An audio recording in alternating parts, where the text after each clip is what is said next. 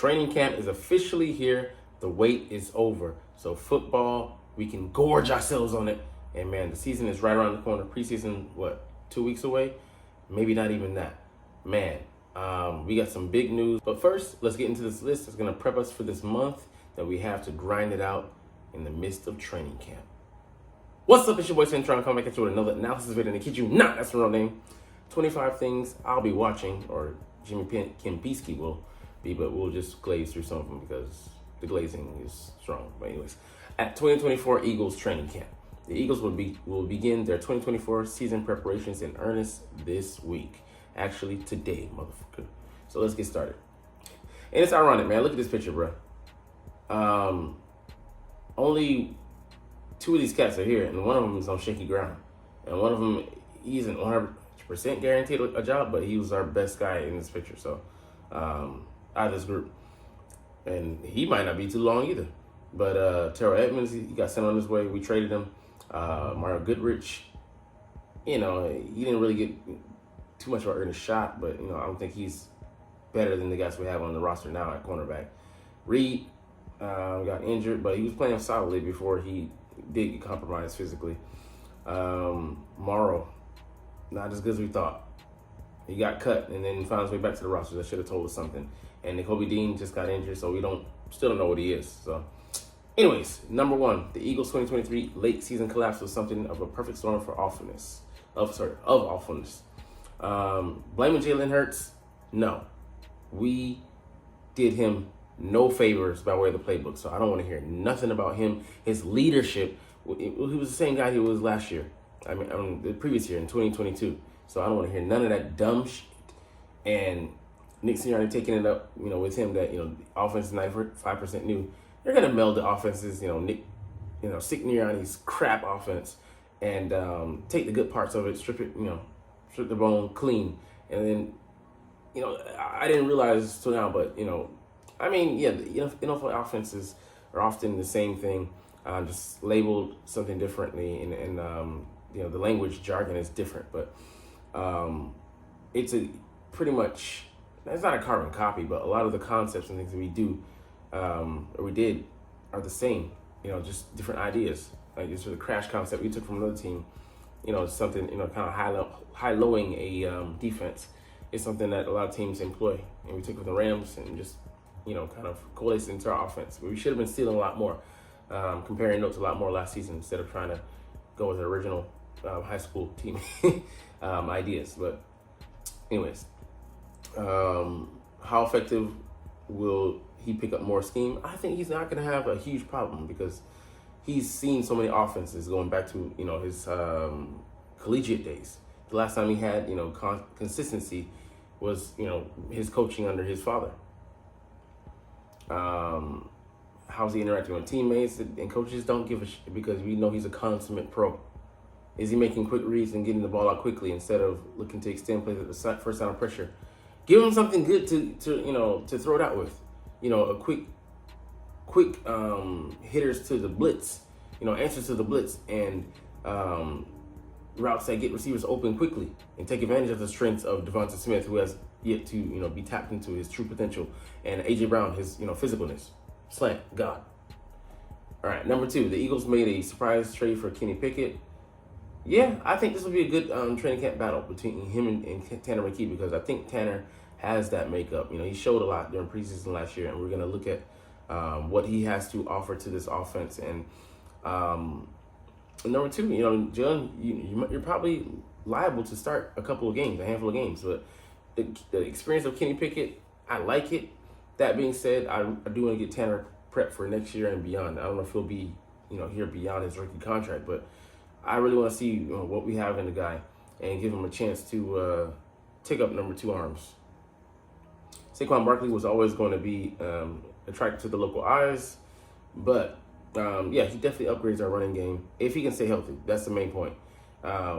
If he can, the sky's the limit with the run game, and then him being a complete back, being able to block and pass pro and catch balls on third down. Yeah. We're in good hands. Definitely cooked us last year.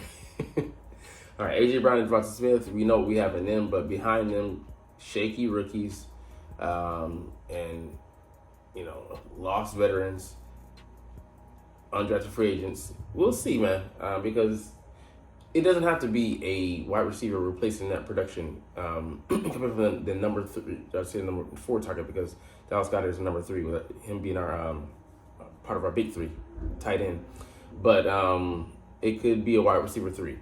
It could be a tight end 2. It could be Saquon Barkley, catching some balls, or Will Shipley playing that role exclusively in our offense. But we'll have to see, man, because Jalen seemed to trust Paris Campbell. Will he get most of the balls? That's yet to be seen. But his career average 9.3 is very low. Given his 4.31 speed. But he was taking the time off the defense. Challenging downfield in the offseason and mini camps and OTAs. So we'll see. But I'm intrigued. I like that speed, and John Ross has even more speed in spades. But to see if he can be consistent.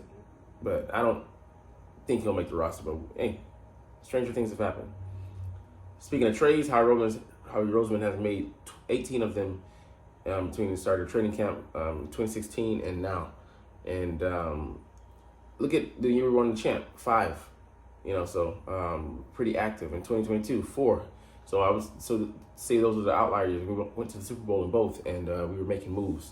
So we'll be watching the waiver wire and the trade market and seeing who's coming and going, because there's some interesting names on the block. I gotta get to them in later, maybe a short or part of a video being on topics I haven't done in a while, but we'll see.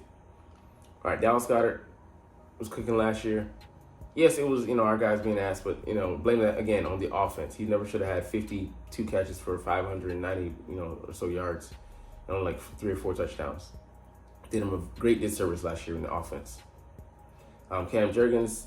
Yeah, if he wasn't being compared to Jason Kelsey and stepping into his shoes directly, we would definitely be more hyped for him. Tyler Steen, I think he's in a good position. We're trying to do him, every favor to be able to win that job. But, we'll see how things shake out, because Mekhi Becton, it could be a boon, but we don't know. It'll be his first time playing guard at this level, and that's a great unknown. Tyler Steen also is an unknown, but, he's being given every chance, in this system for a year to win this job. And kind of go the same route as Cam Jurgens last year. Goes kind of unchallenged. Hassan Reddick is gone. His replacement is here. Yes, he's not a complete player as of yet. It's a projection, but still cheaper than what we were scheduled to pay for Hassan Reddick, who's an appreciating asset at this time, because he's 31 years old and getting older. So we got something for him while we could. 3rd round pick in 2026, so it's not even close. But it could be upgraded to a 2nd round pick if he reaches the playing time and statistics that make that deal valid, or make that trigger clause valid. But he's holding out right now, so we don't know if he's going to even be there to start the season. So we'll keep an eye on that. After a disappointing year, Josh Sweat is back, and I'm happy to have him back. Sweaty, no sweat. Don't sweat the technique. I don't know which one he celebrates, but I'm happy to have him in that role, because we could use somewhat of a veteran presence, and Nolan Smith isn't ready to take that step. So I'll take a guy who had 6.5 sacks over the first 8 games, 9 weeks I think, and disappeared. Didn't have one until the playoffs, but I still believe in Sweat. So we'll see. And hopefully his knees hold up, but. Speaking of guys we were talking about, Nolan Smith, why wasn't he able to cover the role? Because he kind of went off in that Bucks playoff game. So we'll see if the coaching staff was verified or valid and not giving him any work if he doesn't take a step. But hopefully he does during this offseason. That he did have a shoulder surgery to clean out that baby that doesn't work and does sometimes, which is scary for him to say like that, but be that comfortable admitting that. But yeah, is he going to be more of a Swiss Army knife, play at different positions, or is he going to focus solely on pass rusher? Hope he added some moves to his repertoire, and he'll be cooking with some gas to learn how to use his explosiveness and leverage. All right, the Eagles sent a 1st round. We got to get improvement from Jordan Davis, man. I forgot that we invested that much capital into him. 4 picks. That's a pretty hefty deal, and he's down. a size or two, but if he can just be consistent, man, and that needs to be less snaps, okay. But I'm worried that Vic Fangio likes to play his guys at a high snap count, as he's going to do with Jalen Carter, who's Carter, saying like that. But this guy definitely has all pro potential, and was off to a tremendous white hot start before he cooled down. But he's got to show it, because he's replacing Fletcher Cox, and we need a guy who can give us that inside presence, that pass rush presence. Had 50 pressures last year.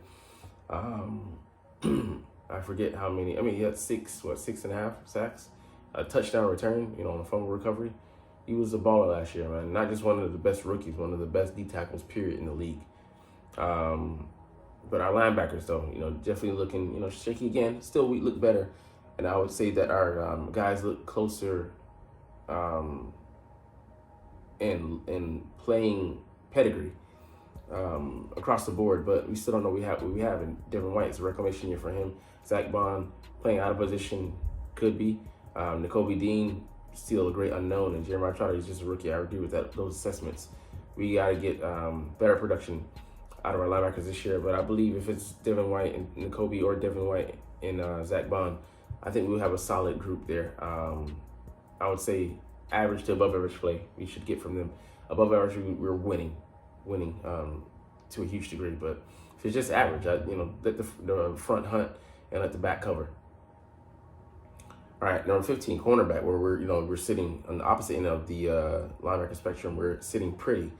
Quinyon Mitchell may not even win a stop job, might be challenging on the inside. Definitely, I think he gets some snaps there because of what the guy we're going to talk about, who's number 4. He's injured now.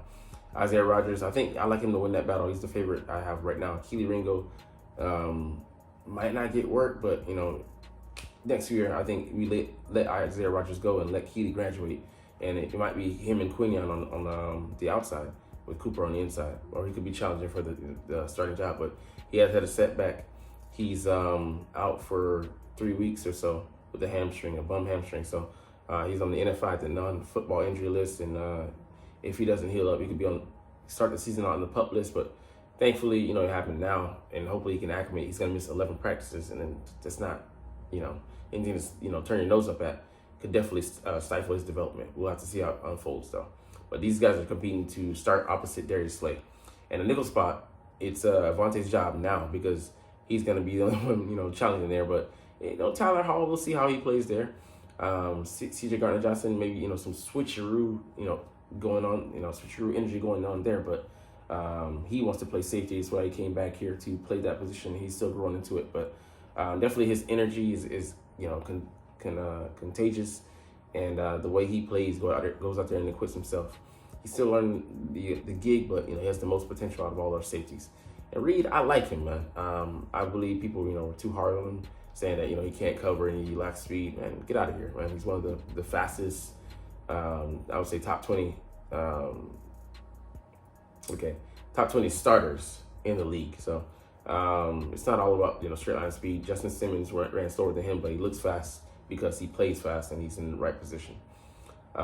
Sidney Brown, definitely promising, but he's got to get off the PUP list, and he's injured now. So we'll see whether he can. You don't want to rush him back, so we'll see how that that goes. But yeah, speaking on Justin Simmons, will we bring him in? But I'm not in a hurry to add a veteran body, because the safety market's kind of flooded right now, and if we absolutely need a guy, I think we should try to see how Avonte pans out first there, covering as our emergency / third guy there, now third guy, but really fourth, because Sidney Brown will be playing. He'll be wearing some hats, big dime, and some potential slot, corner role, but the ACL, we'll see. All right, punter battle ain't happening this year. We're solidly in there, and Elliott, nobody's challenging them for their jobs, but hopefully they stay on the up and up. Preseason, it'll be interesting to see how these kickoff rules with teams unfold their strategy, but it's going to be dynamic, or should be dynamic, and I hope Isaiah Rodgers is back there returning those. If he's not a starter, if he is, then let's get somebody else.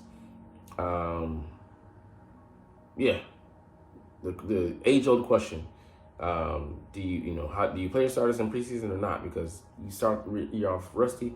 But I'll take a 5-0 slow start like we had each and every year if we're gonna eventually get our own get on the ball. So I don't think it's too big of an issue. Kellen Moore, is he gonna goof with the offense? I think we'll definitely be more creative. Motions that Nick Sirianni hates. We're gonna be using them, but it became stale. And hopefully he stays out the kitchen and just lets Kellen cook. All right, the Eagles and Vic Fangio. I don't think I think he's a coach that that really endears himself to his players because of the way he is, and he's straight up with you, straightforward. I don't think it would be grumbling like there was in Miami. There's a lot of bitches there, and some of them play football. Damn. All right, the last one, the CEO coach. How far can he take us? Do his core values really matter? Yes, they do. And while it may be the rarity, a coach that doesn't truly have a specialty, I think he's good at managing, and we should let him do that. But anyways, we're gonna get about here on that note. But hey, you're not even watching though, but it's all good because I love making these videos and love talking about the stinking freaking Philadelphia Eagles.